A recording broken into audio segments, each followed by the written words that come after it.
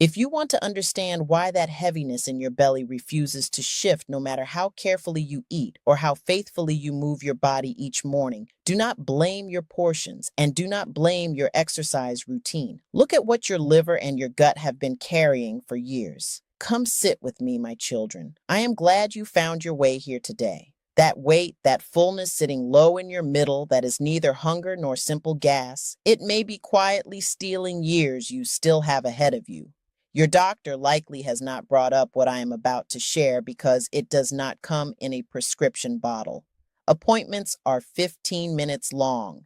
The guidelines say nothing about what our grandmothers prepared every morning before the household stirred. Today, I am going to show you what is truly behind that stuck belly weight and what the old ways have offered for generations to help the body clear it. My name is Mama Aisha Diallo. For over 40 years, I have served my community through plant medicine passed down from my grandmother in the Fouta Djallon highlands of Guinea, deepened through years learning alongside Caribbean bush doctors and gula root workers here in the American South. My grandmother told me that all sickness begins in the belly. She meant the gut, the liver, the deep interior that either cleanses itself or grows heavy with what it cannot release. Researchers today are confirming what she knew without a single laboratory to her name. The gut governs immunity, inflammation, hormones, and how we sleep and recover. She would have nodded at that. She already knew. My grandmother lived past 84. Her mother before her lived into her 90s. The women of our highland village who kept to the old ways, the bitter morning tonics, the liver herbs, the fermented drinks shared at the end of harvest season, they did not carry the kind of deep, stuck belly heaviness I see so often in my people today. That was not fortune. That was knowledge lived in the body across 5 generations. Researchers who study traditional communities and metabolic health keep arriving at what our people long observed. The body that is tended with plant medicine ages differently.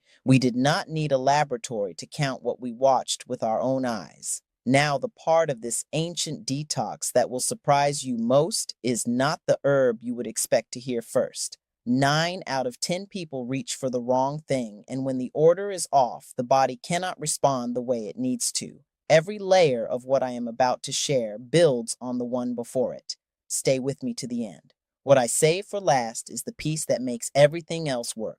Before we go further, drop a comment below. Tell me your age and tell me this. How long have you been carrying that belly heaviness, and has any doctor ever named what might actually be behind it? I read every single comment on this channel, and what you share guides exactly what I bring you next. In this video, I am going to show you the hidden cause behind belly weight that has nothing to do with yesterday's meals. I will name the 3 forces that keep it lodged in older bodies. I will walk you through the morning preparation my grandmother called her liver awakening, the one she made before anything else touched her lips. I will share the fermented tonic our people have used for generations for what the old ones called heavy water in the belly. And I will finish with the master clearing step, the deepest piece of this ancient detox, the one that addresses what is truly holding that weight in place. If you have not subscribed yet, take 2 seconds and do that now.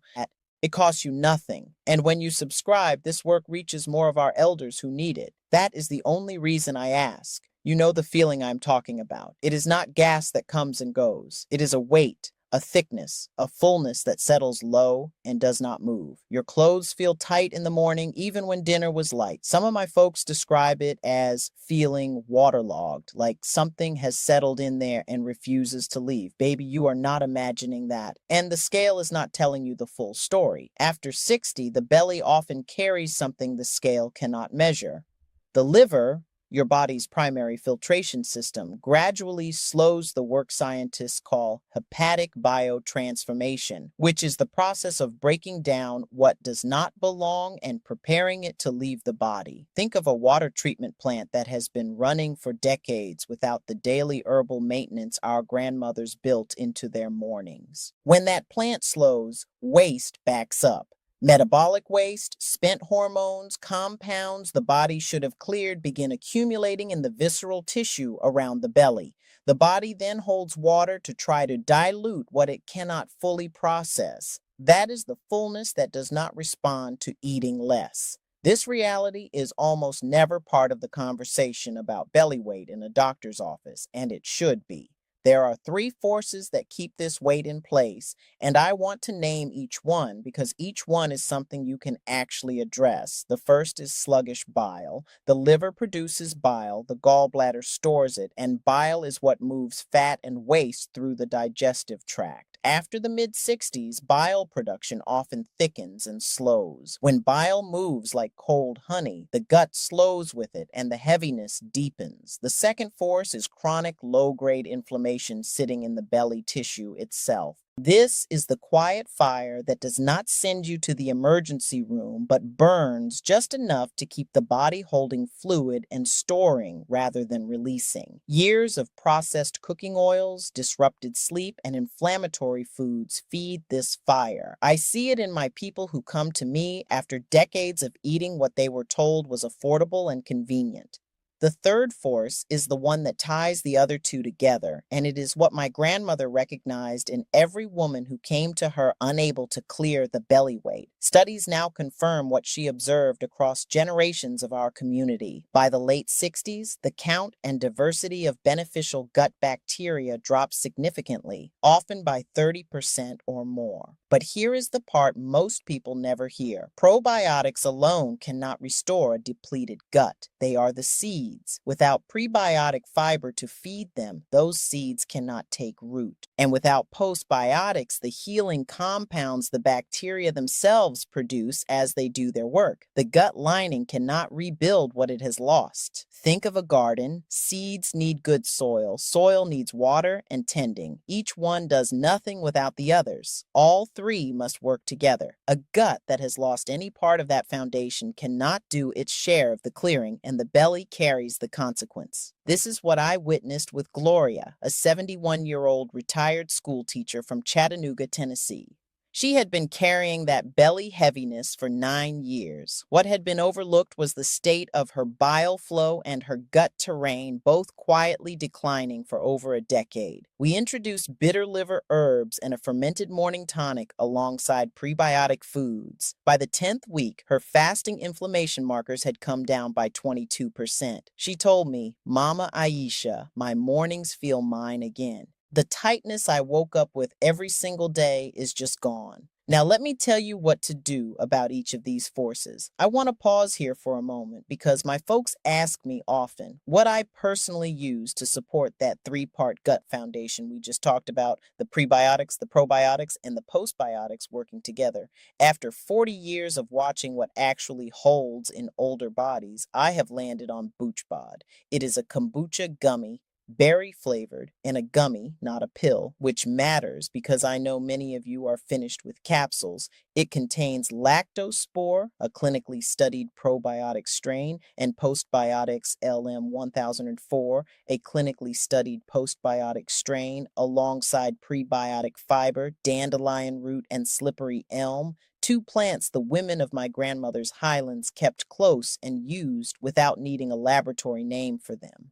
Over 30,000 people are already using it. The link is in the description below. And as I always say, speak to your doctor before starting any supplement, especially if you take medication for blood pressure, blood sugar, or your heart. And now we arrive at the most important part of this ancient clearing, the step my grandmother prepared before the sun had fully risen, before a word was spoken in the household, before any food crossed her lips. The Morning Liver Awakening Tonic. In the Fouta Djallon, the women rose before the household and made a warm drink from bitter herbs as their first act of the day. My grandmother used soursop leaf and moringa, both grown near the house, stirred with a small spoon of raw fermented liquid she kept in a clay vessel. What the outside world today calls a living drink, we simply called morning medicine. Soursop leaf carries acetogenin compounds. Researchers studying these compounds in recent years have found they may support the liver's natural detoxification pathways and help address inflammation in the gut lining. The laboratories have caught up to what my grandmother's kitchen knew generations before their notebooks arrived. Moringa carries compounds that research now suggests may assist the body's natural bile production, the slow river inside that we are trying to quicken. Our people drank this before sunrise for generations without needing the findings. It is good to see the outside world finally writing it down. Here is how you prepare it. Bring 2 cups of water to a low simmer, not a rolling boil. Add 6 to 8 dried soursop leaves or 1 heaping teaspoon of soursop leaf powder. Add 1 teaspoon of moringa powder. Put the lid on and steep for 15 minutes. Strain it. Stir in a small spoon of raw apple cider vinegar and a thumb-sized piece of fresh ginger if you have it on hand.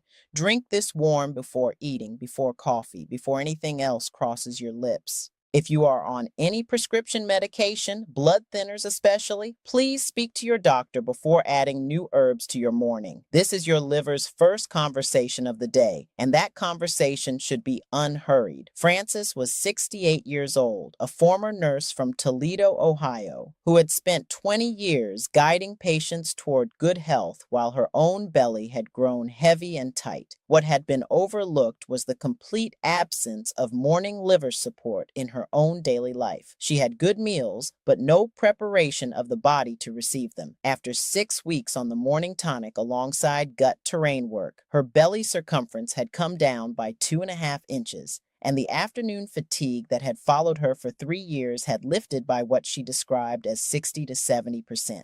She told me, "Mama Aisha, I feel like my body finally started working with me instead of against me." This is the master step because it is daily, because it is the practice our grandmothers carried out before the world woke up, and it gave them decades of clear bellies and clear mornings. After 40 years of watching what actually holds in older bodies, here is what I know. 1. Consistency beats intensity. A cup of soursop tonic every morning moves more through the body in 30 days than a 3-day cleanse has ever managed. The body releases in rhythm, not an emergency. 2.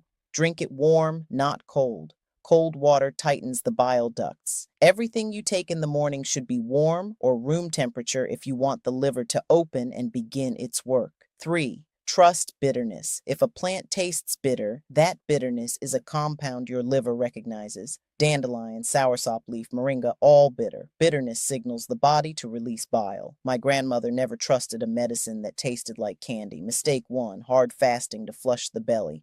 Fasting without liver support only stresses a filtration system that is already running slow. The waste has nowhere to go if the bile is thick and the gut is depleted. Tend the liver first. Mistake 2, starting with probiotics and stopping there. Probiotics without their prebiotic and postbiotic partners are seeds dropped on dry concrete. Feed the full cycle, or the seeds will not take root. Mistake 3, scalding the tonic. Water that is too hot destroys the active compounds in soursop leaf and moringa before they can reach the gut. Steep hot, drink warm. My children, hear me on this. What we have been talking about today is not a diet. It is the life you are protecting, the morning in your garden, the Sunday phone call with your grandchildren, the years of being present at the table for the people who need you there. It is never too late to give your body the clearing it has been waiting for. 70 years old, 75, 80. The body knows how to release what it has been holding.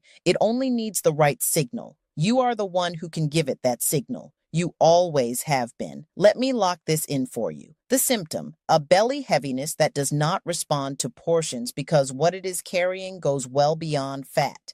The hidden cause, a liver that slows its filtration work after 60, allowing metabolic waste to settle in the visceral belly tissue. Force 1, sluggish bile that turns the digestive river slow. Force 2, chronic low-grade inflammation fed by years of processed foods and disrupted rest. Force 3, a depleted gut that has lost its 3-part foundation of prebiotics, probiotics, and postbiotics working together. The master clearing, the morning liver awakening tonic, soursop leaf and moringa steeped warm, taken before anything else every single day. If this helped you see that belly weight differently, share this video with someone you love. A sister, a spouse, an oldest friend who has been wondering why nothing is shifting? Drop a comment below and tell me which part surprised you most. I read every single comment on this channel and I will answer as many as I can. If you would like to take a look at the BoochBod gummies I mentioned, the link is in the description below whenever you are ready. Subscribe if you have not, baby. I bring this knowledge to you every week because you deserve to have it. I will see you in the next one. Take good care of yourself.